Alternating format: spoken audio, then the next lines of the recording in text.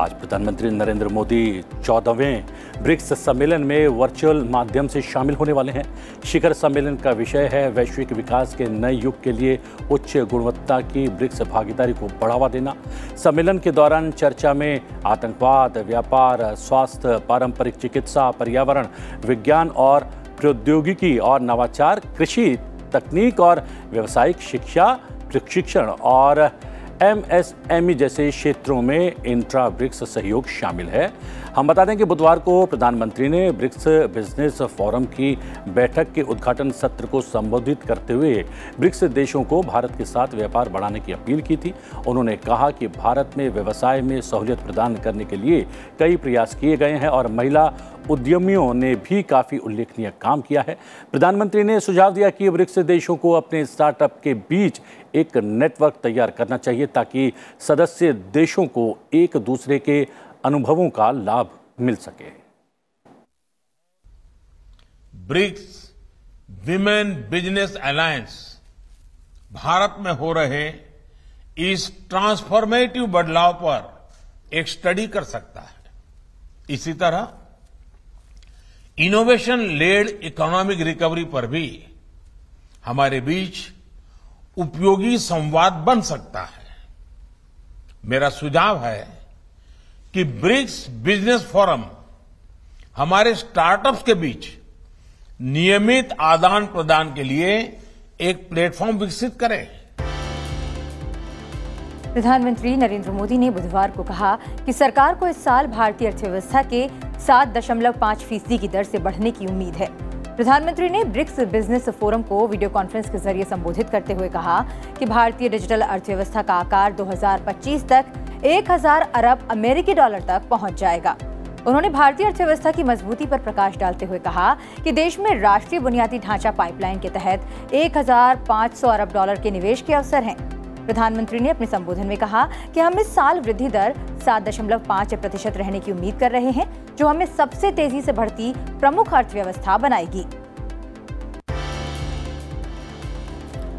जी हां, भारतीय reserve bank के गवर्नर शक्तिकांत दास ने आगाह किया है कि आर्थिक गतिविधियों में तेजी के बावजूद महंगाई की लगातार ऊंची दर अर्थव्यवस्था के लिए प्रमुख चिंता का कारण बनी हुई है। उन्होंने बढ़ती मुद्रास्फीति को काबू में लाने के लिए इस महीने की शुरुआत में प्रमुख नीतिगत दर में 0.50% की वृद्धि के पक्ष में मतदान करते हुए ये बात कही।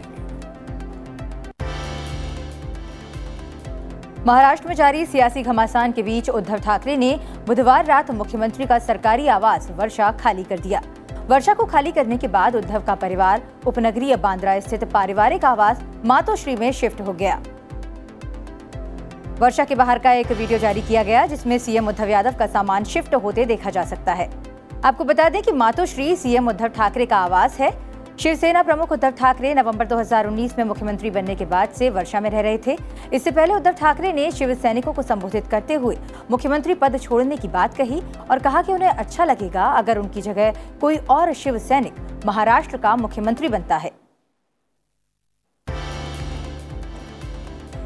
इस बीच महाराष्ट्र के 4 विधायकों के साथ एक और चार्टर्ड विमान बुधवार को गुवाहाटी पहुंचा।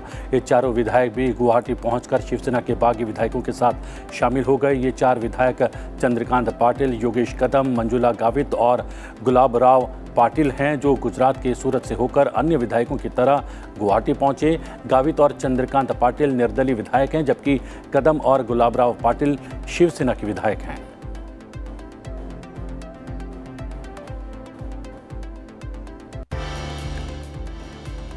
एनडीए की राष्ट्रपति पद की उम्मीदवार द्रौपदी मुर्मू 24 जून को अपना नामांकन दाखिल करेंगी। राष्ट्रपति पद के लिए उनका मुकाबला विपक्ष के उम्मीदवार यशवंत सिन्हा के साथ होगा। उम्मीदवारी के वास्ते समर्थन मांगने के लिए विधायकों और विभिन्न राजनीतिक दलों के नेताओं से मिलने के लिए द्रौपदी मुर्मू के अगले 1 महीने में कई यात्राएं करने की उम्मीद है। उधर राष्ट्रपति चुनाव के लिए विपक्ष के उम्मीदवार यशवंत सिन्हा ने अपनी चुनावी रणनीति को लेकर राष्ट्रवादी कांग्रेस पार्टी के कार्यालय में पहली बैठक की। उन्होंने कहा कि राष्ट्रपति चुनाव व्यक्ति की लड़ाई नहीं है, बल्कि देश के सामने पेश मुद्दों की लड़ाई है। यशवंत सिन्हा 27 जून को अपना नामांकन दाखिल करेंगे। सोनिया गांधी आज प्रवर्तन निदेशालय के समक्ष पेश नहीं होंगी और समय देने की उनकी अपील को मानते हुए ईडी ने उन्हें आज पेश होने से छूट दे दी है। कांग्रेस अध्यक्ष सोनिया गांधी से प्रवर्तन निदेशालय नेशनल हेराल्ड केस में पूछताछ करना चाहती है। इसके लिए सोनिया गांधी को ईडी ने 23 जून को दफ्तर बुलाया था, लेकिन सोनिया गांधी ने ईडी से पूछताछ के लिए और समय देने की मांग की है। ईडी की तरफ से सोनिया गांधी की मांग को स्वीकार कर लिया गया है। उन्हें 4 हफ्तों का अतिरिक्त समय दे दिया गया है। हालांकि एजेंसी ने उन्हें नए समन की तारीख अभी तक तय नहीं की है। भारतीय महिला हॉकी टीम ने 2 चरण के मुकाबलों के दूसरे एकतरफा मैच में अमेरिका को बुधवार को 4-0 से हराकर FIH प्रो लीग में अपने पदार्पण सत्र में तीसरा स्थान हासिल किया और कांस्य पदक जीता। भारतीय टीम ने मंगलवार को भी पहले मैच में अमेरिका को 4-2 से हराया था। और अब खबरें राज्यों से। देश के 4 राज्यों के 7 विधानसभा सीटों पर आज वोटिंग की जा रही है। 4 राज्यों में से सबसे अधिक त्रिपुरा में अगरतला, जुब्राजगढ़, सुरमा और बरदोवला टाउन विधानसभा सीटों पर उपचुनाव हो रहे हैं। वहीं आंध्र प्रदेश की आत्माकुर, झारखंड की मांडर और दिल्ली की राजेंद्र नगर विधानसभा सीट पर उपचुनाव के लिए आज मतदान हो रहा है। हरियाणा में 28 नगर पालिका और 18 नगर परिषद चुनाव में भाजपा और जजपा गठबंधन ने जीत हासिल की है।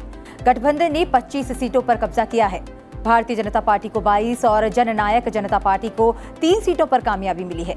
वहीं 19 पर निर्दलीय प्रत्याशी विजयी हुए हैं, जबकि एक सीट पर आप और इनेलो ने जीत दर्ज की है। प्रधानमंत्री नरेंद्र मोदी ने हरियाणा के स्थानीय निकाय चुनाव में भाजपा जजपा गठबंधन की शानदार जीत के लिए दोनों दलों के कार्यकर्ताओं को ट्विटर के जरिए बधाई दी है। उन्होंने कहा कि राज्य सरकार जिस प्रकार विकास के पथ पर प्रदेश को निरंतर आगे ले जा रही है, जनता ने उसमें अपना पूरा विश्वास व्यक्त किया है। दंतेवाड़ा में पुलिस और नक्सलियों के बीच मुठभेड़ हुई। नक्सलियों और पुलिस के बीच 15 से 20 मिनट तक फायरिंग चली। पुलिस के कैंप के पास से नक्सलियों ने फायरिंग की थी, जिसका जवाब पुलिस ने जवाबी फायरिंग करके दिया। जानकारी के मुताबिक सभी पुलिसकर्मी सुरक्षित हैं और कोई नुकसान नहीं हुआ है।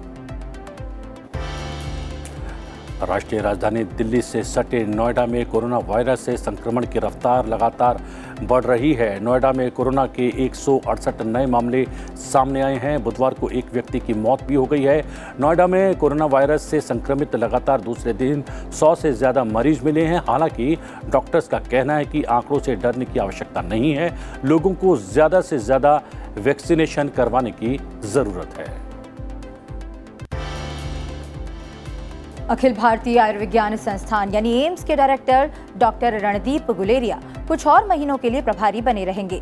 प्रधानमंत्री नरेंद्र मोदी के नेतृत्व वाले पैनल ने एम्स दिल्ली के अगले डायरेक्टर को पद पर नियुक्त करने के लिए बड़े पैमाने पर नाम मांगे हैं। डॉक्टर गुलेरिया का कार्यकाल 3 महीनों के लिए बढ़ा दिया गया है। असम में बुधवार को भी बाढ़ की स्थिति गंभीर बनी रही, क्योंकि ब्रह्मपुत्र और बराक नदियों के नए क्षेत्र में पानी भर गया। नदियों का पानी भरने से 32 जिलों में 12 और लोग मारे गए हैं और 55 लाख लोग प्रभावित हुए हैं। एनसीपी नेता शरद पवार के खिलाफ सोशल मीडिया पोस्ट को शेयर करने के मामले में गिरफ्तार की गई मराठी टीवी एक्ट्रेस केतकी चिताले को जमानत मिल गई है। उन्हें थाने के सेशंस कोर्ट से बुधवार को जमानत मिली। एक दिन पहले ही थाने पुलिस ने उनकी जमानत का विरोध नहीं किया था। इस मामले में राष्ट्रीय महिला आयोग ने 6 जून को महाराष्ट्र के पुलिस महानिदेशक को व्यक्तिगत रूप से आयोग के समक्ष पेश होने के लिए नोटिस जारी किया था। प्रवर्तन निदेशालय ने महाराष्ट्र के परिवहन मंत्री अनिल परब से उनके खिलाफ मनी लॉन्ड्रिंग के एक मामले में लगातार दूसरे दिन 6 घंटे से अधिक समय तक पूछताछ की।